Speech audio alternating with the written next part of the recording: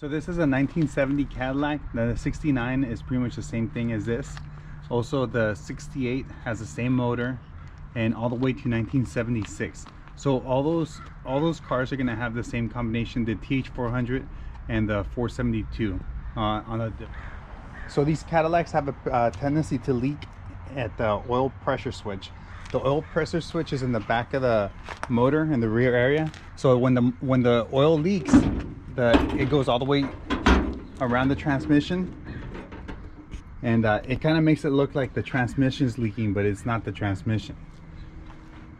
I'm gonna show you where that's at.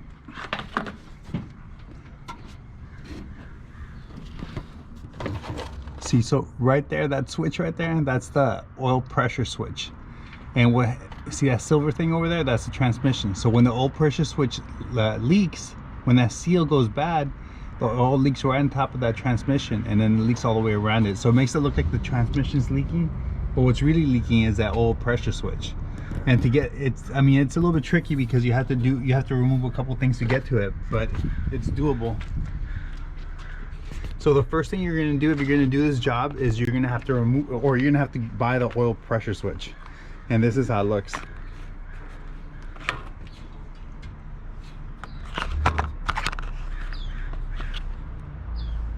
That's the part number.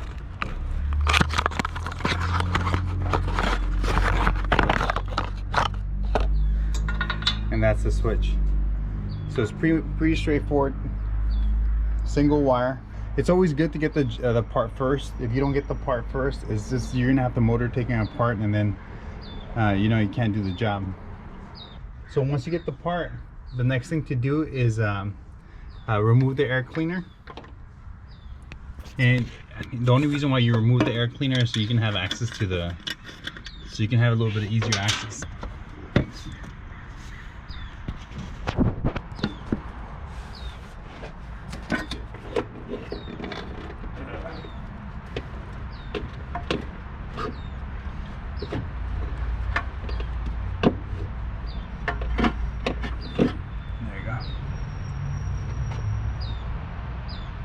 With the air cleaner out of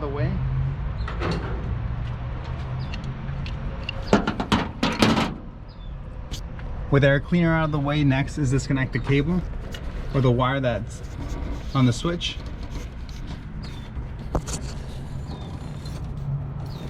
Which is this one right there.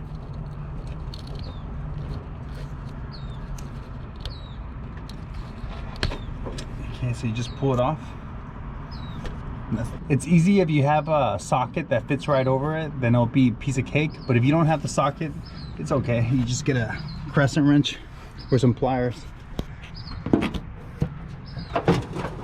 and you can remove it with that as well. So use the switch that the new switch, just to get an idea of the size. So it looks like you have a, what is that, an inch? Looks like an inch maybe. Once you have the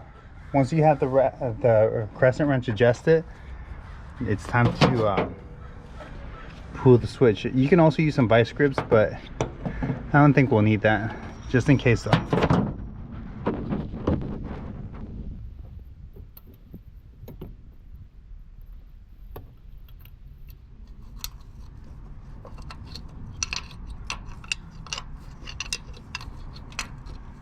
Oh, it would be great if I had a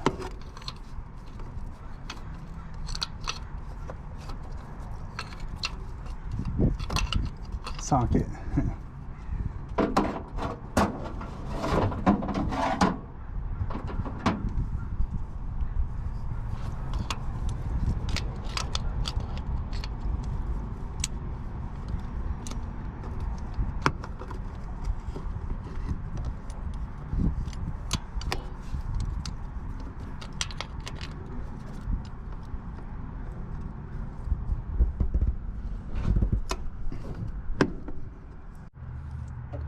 So once you turn it a few times, it should come right out.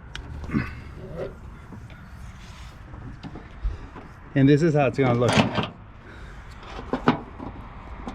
So that's the old pressure switch, and this is the new one. And like I said, it's easier if you have a socket that goes over it. You can just kind of slip it in there and it'll come right out. But if you don't have the socket, you're just gonna have to do this by hand. And what you can see is the new one, it has this what is that sealant there that's gonna, so it makes it so you don't have to use an O-ring. I'm not sure if the old one had one or if it had an O-ring. If it had an O-ring, it's not there. I did search for it by sticking my finger in there, but I didn't feel it. But whatever. So this is the old one, and that's the new one. So next is now we have to just stick it in there. So it's always good to clean the area, just to make sure you don't drop any of that stuff in there. So what I did is, before I pulled it out, I did spray it, but I mean, you don't want to be cleaning it once you remove it. You don't want to drop any of that gunk in there. Once it's out, just go ahead and put the new one in there, and same thing.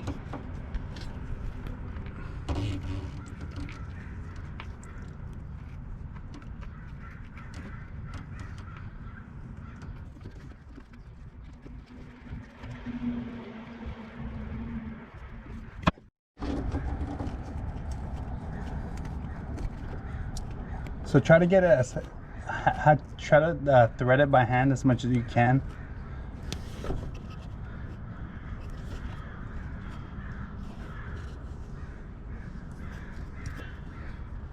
And then once it's nice and threaded,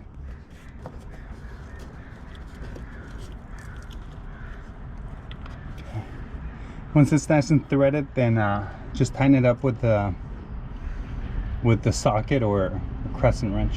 I'm just going to go ahead and use both of my hands to do this.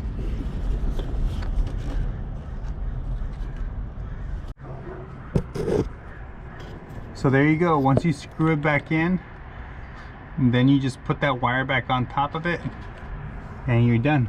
Just make sure you plug everything back in the way it was. You don't want to leave any vacuum lines disconnected. This thing has a lot of vacuum lines. And that's pretty much it. Throw the air cleaner back on, put the bolt, put its nut, wing nut, or whatever you have up top back on.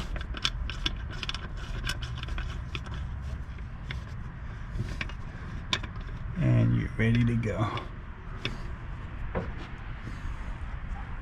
Now we gotta test it to make sure it doesn't leak.